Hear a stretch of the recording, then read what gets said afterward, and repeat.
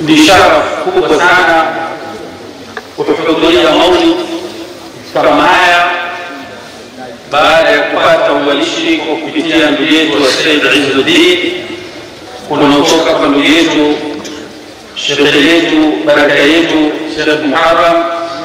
Tumomba Mola Subhanahu wa Ta'ala ajalie nia njema yenye kuleta baraka na kheri insha Allah Ta'ala. Na ishara vile vile kuhudhuria maulid ambayo ni moja katika mawalid yenye mifano mizuri sana katika kufahamisha hakika wa maulid. Ndani yake kuna risala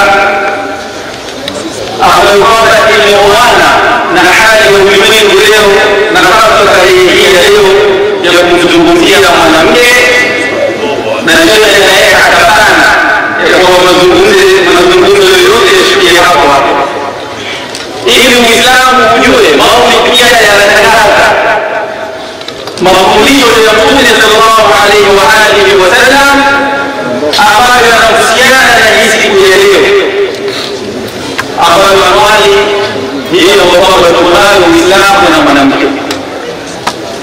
Katika Qur'ani mwanamke ametajwa takriban mara 85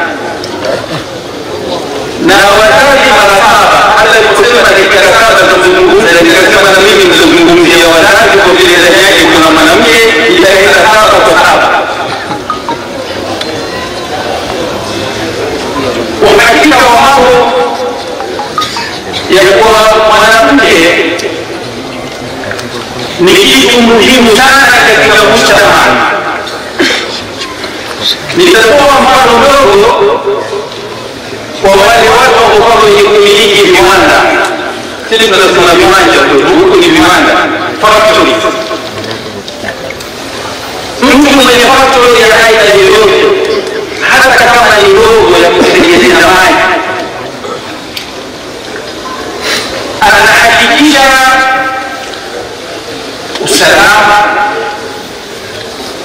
wa wafanyakazi wa kupeleka factory kama ile, production vile vitakavyotengenezwa pale vitengenezwe kwa uzuri, mpaka michoro pia inatakiwa wataalamu walete michoro ambayo itaweza kuvutia, bali kuifunga pia hata package yake pia itashughulikiwa na kupelekwa sokoni na kupelekwa namna gani mpaka ingie kwenye soko. Ni shughuli kubwa ukianza kuanzia mwanzo mpaka mwisho wake. Ndio zote hizo zinakuwa na timu kamili kuanzia director, meneja, wafanyakazi, maofisa wote. Mwisho ni chupa ya maji au unga wa sima, ugali au sabuni. Sasa niambie hii factory ya kuleta wewe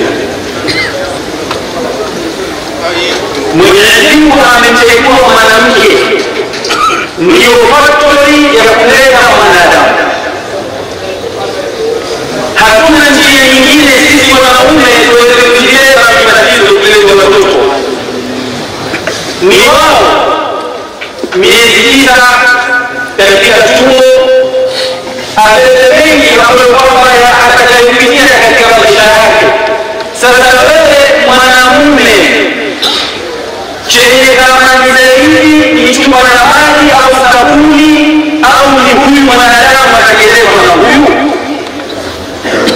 Cha kuangaliwa zaidi na kuliwa zaidi na kuheshimiwa zaidi na kuhifadhiwa zaidi na kuinvest zaidi ni ukubwa kwenye hizi sabuni na unga na vitu vyote vinavyotengenezwa na watu wa aina yoyote na huyu mwanadamu alikuwa mwenye kuleta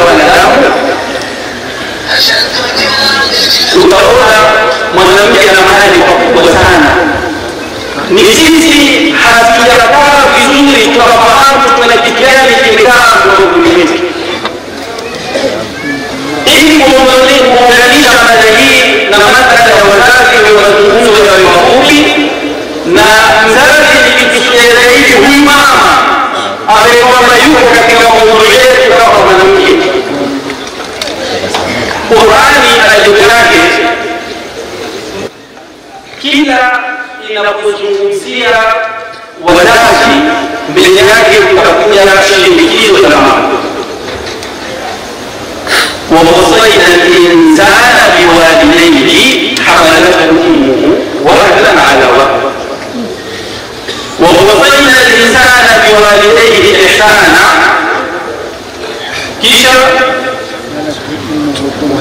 حملته أمه كرها ووضعته كرها.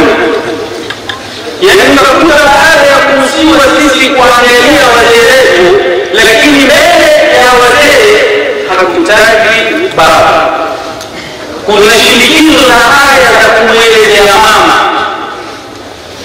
Kwa nini Qur'ani kuchukua usulubu huu wa kuangazia kuzungumzia mama kwa upana baada ya kueleza wazazi?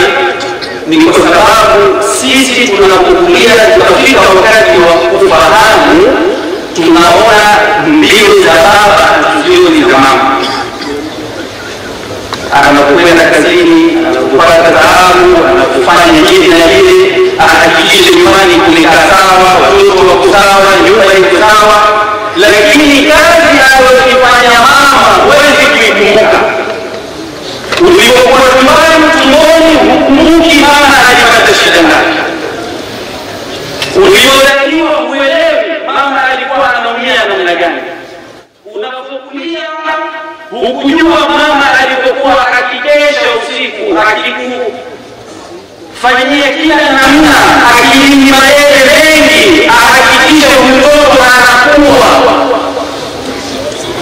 Kazi alizozifanya mama wewe kuzitambua kwa sababu ya umri wako, Qur'ani ikasimama wima kufahamisha mama muangalie, kwa sababu kulipita wakati wewe kutambui. Ndio mmoja katika mufasirina akasema la ajabu katika Qur'ani vile vile wanatumia kilima cha walidaini, na wale tumekiwa kimezaa lugha ya wazi. Sasa alidhani baba ni mama, alidhani mama, akasema hiyo ni ishara Qur'ani ya kuhamisha umuhimu wa mama mpaka ikaweza jina la baba katika kuzungumza ikawapale utambuzi wa mama katika maisha. Ndio vile mmoja akaenda kwa Sayyidina Umar akamwambia, ya amira al-mu'minin, mimi na mama hawezi kwenda kujisaidia isipokuwa juu ya mgongo wangu. Nenda mahali kwa kujipumzisha na kwenda mahali kwa kujisaidia, mama hawezi kuendelea, lazima iende nichukue nifikishe mpaka mahali kwa kujisaidia, ashuke ajisaidie, nichukue tena nirudishe. Akamwambia, je, itakuwa nikieleza mimi vipi walidaini kwa mamangu? Sayyidina Umar akamwambia la. Akamwambia kwa nini? Akamwambia ya fa'ala وتتمنى بها وأنت تفعله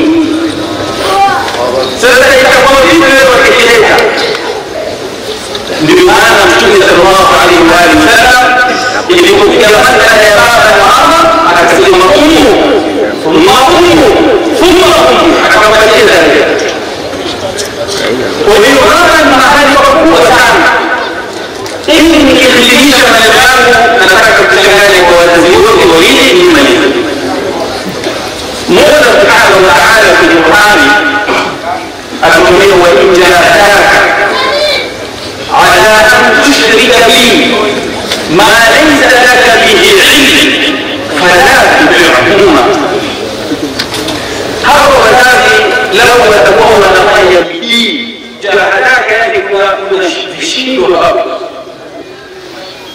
hawakwashi, wanafanya kila mikakati, wanajisumbua kuhakikisha wewe kuingia kwenye shirki.